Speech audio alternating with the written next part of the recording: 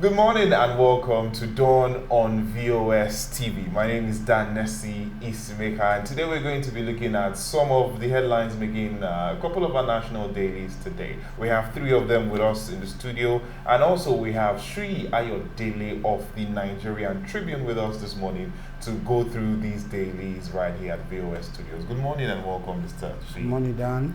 Yes, it's good to see your face here again. Good to see you too. All right, so we have the Nigerian Tribune, the Vanguard, and the Punch newspapers with us this morning in the studio. And if you're looking at the screamers from the three dailies, is on security matters, security, and security. So since we have Sri with us, it's only right to start with the Tribune, right? Okay, fine. Okay, so the screamer on the Tribune this morning, we have Adamu's journey cut short as Baba, who is 58, named the new IGP. So we have a new IGP as appointed by the president, who interestingly is not in the country. What? They've told us that the president can work from anywhere. Even though the constitution stipulates that if he's going to get out of this country, either for holiday, for medical checkups, and whatever, he should hand over to his vice president. But we are in a peculiar country. But I think they said it has to be if he's staying more than a particular It doesn't. period. It's not. For instance, if anything happens in Nigeria today, we need to declare a state of emergency, or we need to take a decisive action. So we wait for him in London. And don't forget, he traveled to UK for medical checkup. So if that incident happens at a time that is taking injections, so to say, from his doctors, what do? It's just an aberration. There's no excuse for it. It's just the way we are wired in this country. Anything goes. Nobody obeys the constitution. Nobody does anything. So from over there, just to justify that he can work anywhere. That's why they make this appointment. And you and I know that it has come to stay. There's nothing anybody can do. The man that they are replacing Adamu ought to have left about 3-4 months ago. Yes. Yeah. But it was about 2 months and 3 days into the extension. That Why the first instance? Why do you extend it? What's the position of the law? What about the extant rules and regulations guiding civil service? You stay for a period of 35 years or 60 years of age, whichever one comes first. So why are you extending it? Is it that because you are short of personnel, short of officers that can take over from him and the rest? And don't forget that Adamu told us that he could even stay for the next 4 years.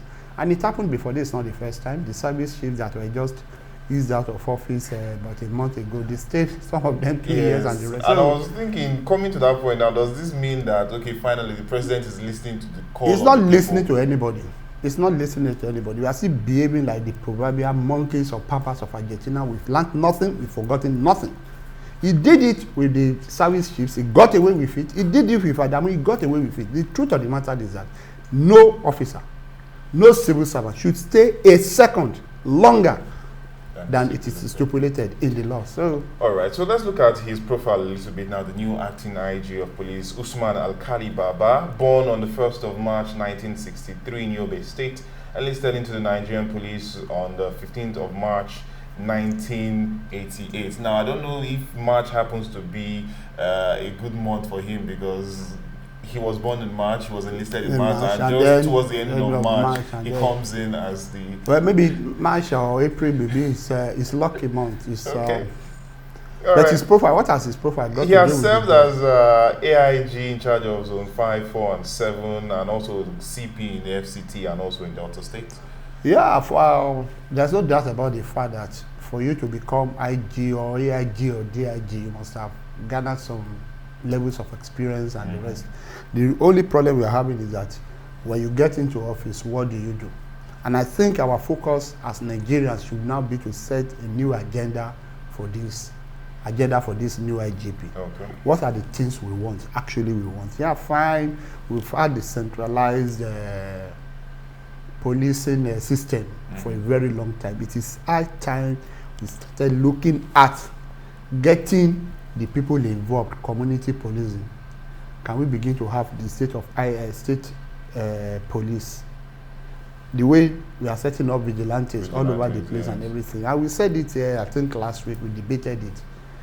Fine, you have a superior authority over there in Abuja that is overseeing, but at the state level, at the local government level, even at the world level, can we begin to empower people? Can we begin to recruit them into the system so that we get somebody who knows the environment to be the one to police that environment? I've been in Benin for 22 years, going to 23, but there are places, even in Benin City, that I don't know. So you now make me a commissioner of police in Benin. What do I do? I don't even speak the language. I don't understand the culture very well. So you bring somebody from Sokoto, you take him to Rivers and say he's commissioner of police. Doing what there? Can you begin to localize this so that, because crime is localized. Yeah, you get your environment where you live in, you know the bad boys. In the evening you are driving into your house, you know where they hang out. So if anything happens, and I had an experience about 2-3 weeks ago. We were going, I was in a friend's car, and then somebody called that they picked this purse at Ewochubu area and the rest. And the guy said, okay, we are coming. And he went there. The following week, I was even angry. What are you going to do? They picked somebody's pocket and everything. We spent about 30-40 minutes there and we left. And the following day, he called me and he said that they got the purse back. Okay. Because in that vicinity, that environment, that locality, they could be able to ascertain, okay, who could have done this kind of a thing.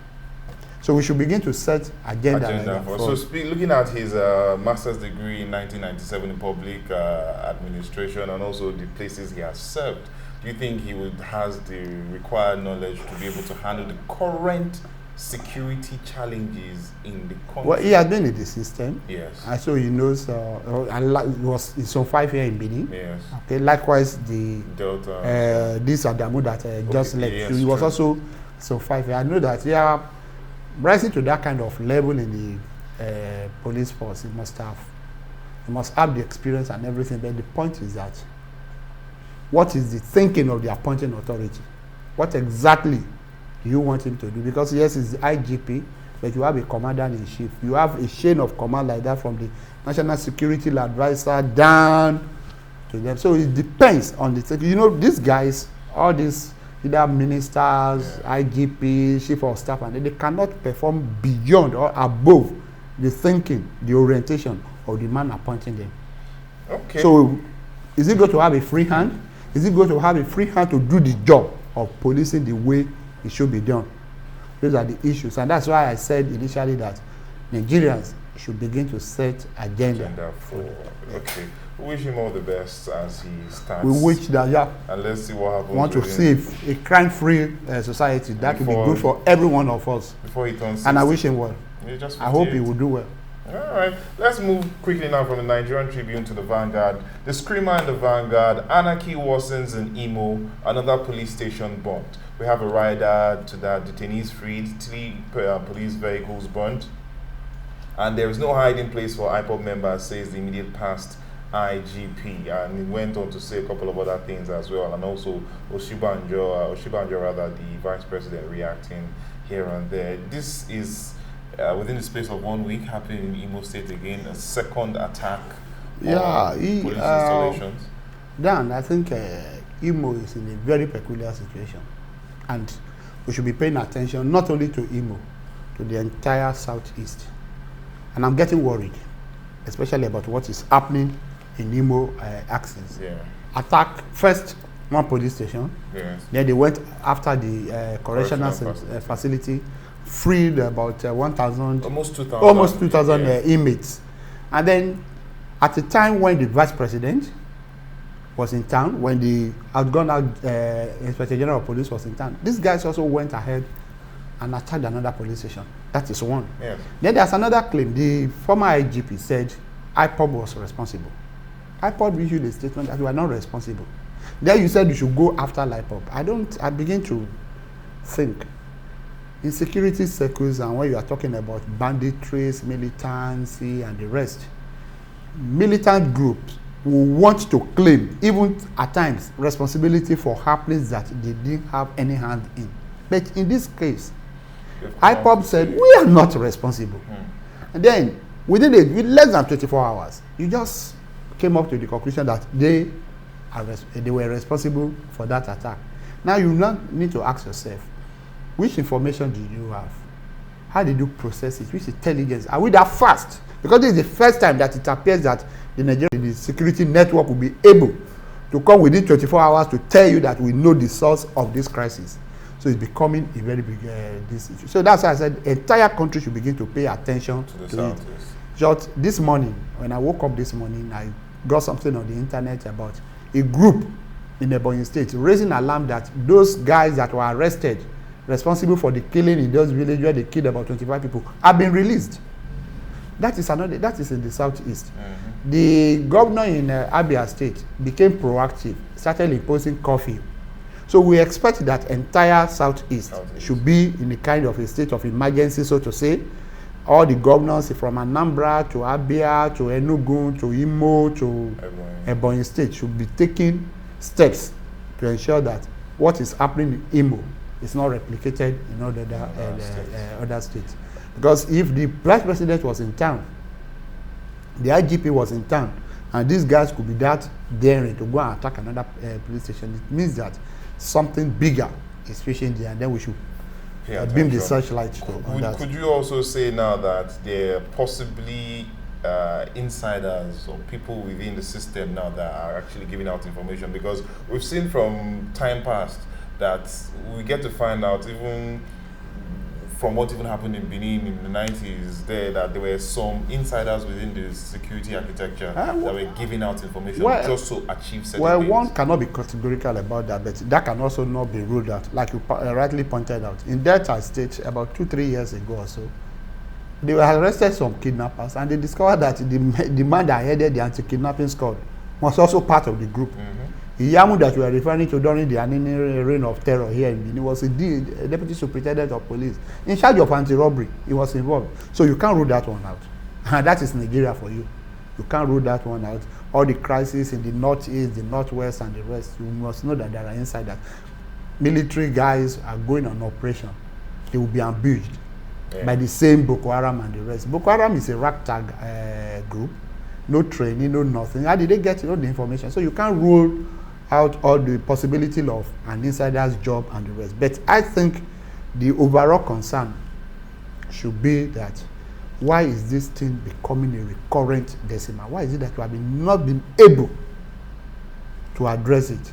But a week ago here we were talking about Sambisa Forest, and my own question has always been how large, how big is the forest that it has become the breeding ground for criminals, for bandits, for militants, for Boko Haram, for insurgents to come, attack, and then they retire to that place. And we are not doing anything about it. So that's where the worry is. And that is why the issue of insider's job is also giving me the concern that somewhere, somehow, there could be one or two bad elements in the system that are also sympathetic to the ideas, the causes of all these guys. And if that is the truth, then we are done for, because it spells doom for everybody. Wow. Okay, let's quickly move now from the Vanguard to the Punch. Still the same screamer now, still on security issues on the Punch. Panic as bombs hit gunmen's hideout. FG goes after IPOB. Details of this can be found on page 2. Right after that, fighter jets, ground troops, storms, Akwa Ibom forest, and pound hoodlums then. And be ruthless, unleash weapons against IPOB, ex-IG tells police personnel. Now we're looking at this concerning what is happening in Akwa Ibom State as well, similar to Imo State. We're having, I think it's Esianudin local government, which is where the current Minister of Niger Delta, former senator, and former governor of Akwa Ibom State, Akwa Ibom is from the northwestern part of Akwa Ibom State. The report on Akwa Ibom is very sickening to me, and that's my personal opinion. I'm telling you, it's very sickening, it's sad. It's sad. Criminality all over the world, anywhere in Nigeria, should be condemned. And I'm condemning it. But our application in treating them is too partial. We just talk about Sambisa Forest. You are sending fighter jets to go to Akwa Ibom, to bomb Akwa Ibom. The same thing they did, was it not Imo, the other time when they were chasing this national, southeast security network or whatever they called it. Now, Boko Haram has been operating in the northeast, northwest for how many years? And they have forests, Zamfara forest, and the governor of Zamfara State last week just came out to say that within the last 8 years, we paid close to 1 billion ransom to bandits operating. In Kaduna yesterday, they kidnapped about 9, they kidnapped dozens, they killed everywhere. And then the guys are operating in the forest. You've not done anything about it. And then the only thing is Akwa Ibom they are taking. So these fighter jets, they were not in this country before. The pilots were sleeping or they were on transfer. Or probably is a test. You know, these are the kind of actions that this government will take, and then you begin to wonder, is it that anything that happens in the north is covered? They can do anything they like there. So the bandits can come out, collect money from Ahmed Gumi, they negotiate, they take the money, put it in their pocket, and then you use police and the military to escort them back to the forest. Then it happens in south or southeast, you are sending fighter jets here. Look, and that goes to show that we are not serious. The government is not serious about tackling the issue of insecurity in the country. It should be holistic. There shouldn't be any sacred cow when you are dealing with issues like this. And come to think of it, we've lost more people in the north due to insecurity. In the northwest, in the north, it's a daily occurrence. As a matter of fact, nobody feels bad when you hear that the key 10, the key 20 in the northeast, and because it's becoming like it's our daily. You must. If you don't, the only time it could be sad is when you didn't hear news that they are killing over there, and then you are sending fighter jets. I'm not saying you shouldn't handle the insecurity in Akwa Ibom or in the east and everything, but for crying out loud, it started somewhere. Can we have this kind of reaction to what is happening in the northwest, in the northeast, so that everybody can be free? You can't even move freely there. At times, there was even a time they attacked the railway, the electricity. So, and then you are keeping quiet. But now in Akwa Ibom, everybody, all of a sudden, the military, they just started developing strong bones, as if they just giving them a new dose of Abidec. And then they are rushing down there to Akwa Ibom, bombing and the rest. I'm not saying you can't bomb the place if they are there. But please, for Christ's sake, can you just even pretend to be impartial for once? Pretend to be doing the right thing for once.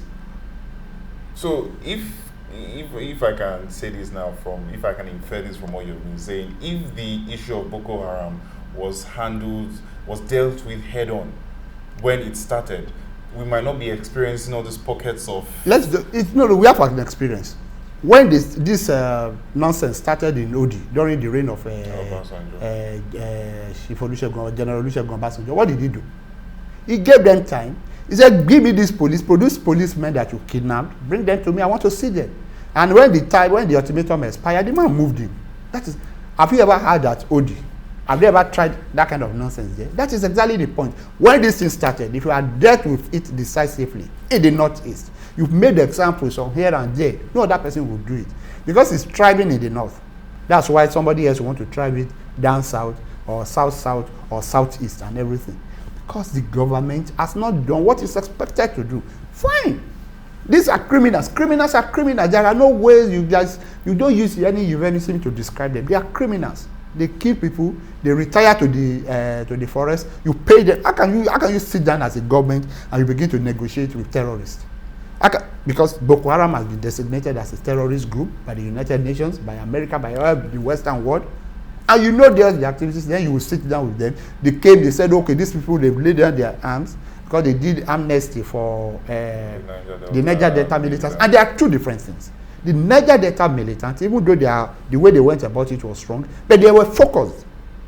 They were fighting for it. What is the cause that Boko Haram is fighting for? The Niger Delta guys, the militants in the Niger Delta guys, they're talking about what do you call it? Resource control. Okay, if you are getting this thing from our land, you should develop our land. Give us this thing, empower us, and the rest. What is Boko Haram? What are they fighting for? Western education, Western this thing. You say you don't want Western education. The gun you are using is from the West. The clothes you are wearing is from the West. They are not tying leaves around their waist now. So we need to look at it critically. So anybody making any comparison, oh yes, bringing the Boko Haram guys that surrender, training them, even sending them abroad and everything. How do you do that? I send my parents send their children to school in the northwest. Some felons will come from the forest, kidnap them, and then one or two of them will lay down, will surrender their guns, and then you package those ones and send them to America to go and train. What message are you sending to the parents that are sending their children to school? And don't forget, When you're talking about educational differences between the north and south, the gap is so wide that if today you stop the south for the next 40 years, no school, no nothing in the south, the north will still not catch up. That is the truth. All right, let's move away from insecurity finally as we touch down on possibly our last story for today. Now, it happens to be about what's going on in the judiciary right now as courts shut, as judiciary workers begin strike over autonomy. These details can be found on page 8 of the Punch newspaper. JUSON, which is the Judiciary Staff Union of Nigeria, have actually gone on strike. It was effective. The memo was sent on Friday. Yeah, and effective yesterday after the Easter break. Yeah, and we even saw in Benin now. We had members of the NBA go to enforce it because they felt since the memo wasn't sent on time, a couple of people didn't get the information, and also there will be some miscreants who would also want to go and do what they like. But now the judiciary, for a very long time, has been fighting for its autonomy.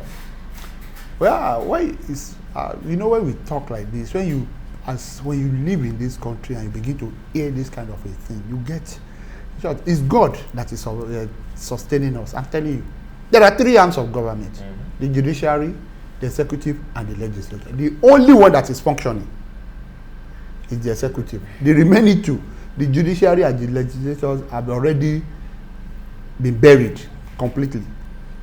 Look at it. What are these guys asking for? Financial autonomy. What do they? When we were growing up, civics in primary schools in those days, then we got to secondary school, they started teaching us social studies. Then we moved to higher classes, they started teaching us government. We were told that judiciary, they get their salaries or whatever they need from consolidated fund account.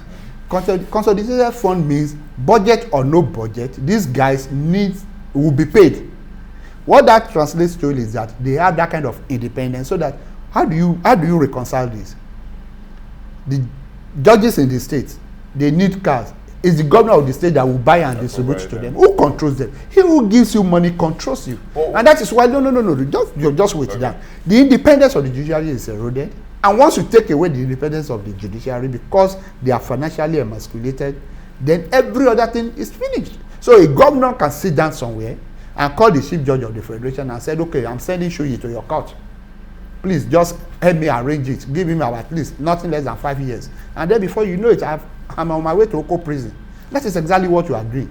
So if, for instance, you have a budget, these people, it's another arm of government. They are not supposed to, as a matter of fact, if you are any arm of government that's supposed to be the strongest among the 3, it should be the judiciary, because at the end of the day, the legislature will make law, legislative arm will make law, the executive will implement it, the law. Then the judiciary will interpret to tell you whether you are doing the right thing or the wrong thing. So it's supposed to even be the strongest. But look at what they are going through. Who appoints them? You go to the Ministry of Justice. You have the Commissioner for Justice and Attorney General. No, but the state governors get recommendations. No. Do you know that? Do you know? I'm going to find out now. In our constitution, it's enshrined in the constitution that even cases in court, especially criminal cases that are between the state versus the accused person, at any point in time, the Attorney General of the state or Attorney General of the Federation can go to court and withdraw the case and discontinue the case. That is an aberration. You've already taken away the independence of these arms of government. The legislature on their own, they are already finished.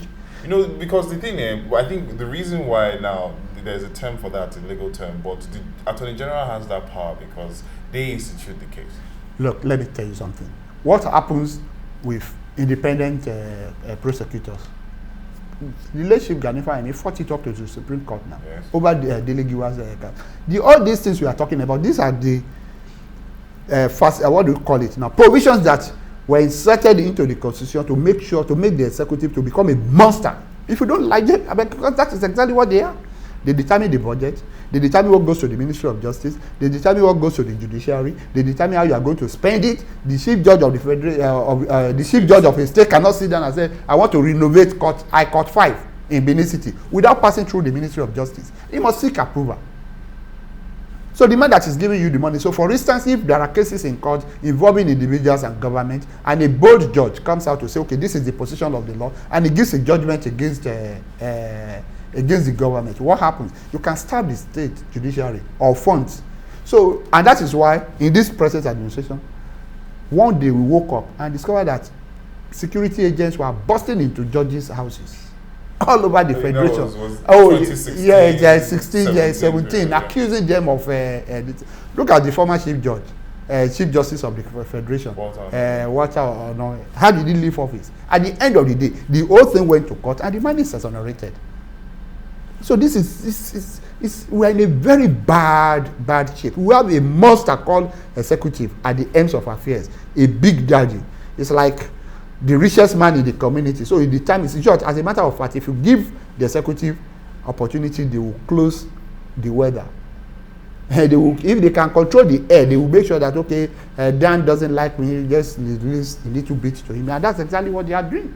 The judiciary, the legislative arm is finished.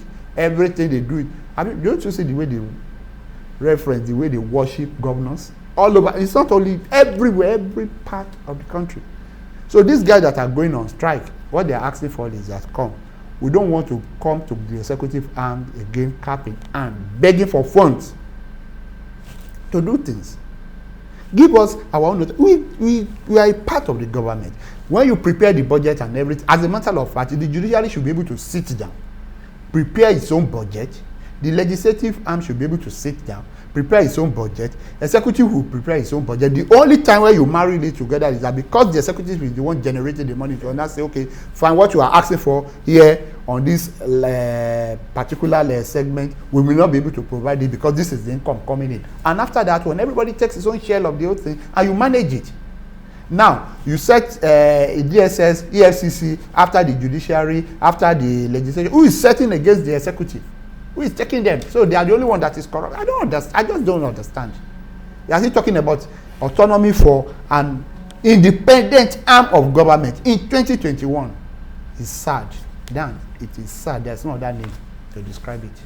All right, we've been talking with Sri Ayodele on Dawn on VOS TV. We're looking at some of the headlines making three of our national dailies. The Tribune, we started with, moved over to the Vanguard, and then we finally touched down on two stories on the Punch, majorly boiling on security matters. It's been an interesting discourse. It's really been nice discussing with you, and hopefully on another edition of Dawn on VOS TV, we'll get to have you here with us. It's my pleasure. All God right. permits, we'll be here.